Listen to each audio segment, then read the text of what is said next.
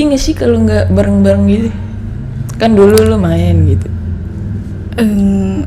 Apa ya, awal-awal sih sedih sih, Terus tapi lama-lama ya udah biasa aja. kayak Bersyukur pisah dari Cika, Mayang sindir ex adik tirinya, anak Puput dihina, beban hidup hilang satu. Dulu lama diasuh oleh Puput, kini Mayang hancur dengan kelakuan Puput dan mantan adik tirinya. Harusnya bahagia sedang ultah, namun Mayang malah makan kekecewaan. Bersyukur, meski Puput tak lagi bersamanya, masih ada orang-orang yang mencintainya.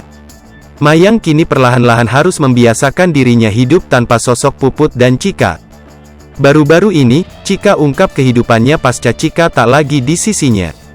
Tak sedih, Mayang malah balik sindir Cika. Hal ini sontak jadi sorotan netizen. Apalagi sebelumnya, Cika tampak sedih berpisah dengan Mayang.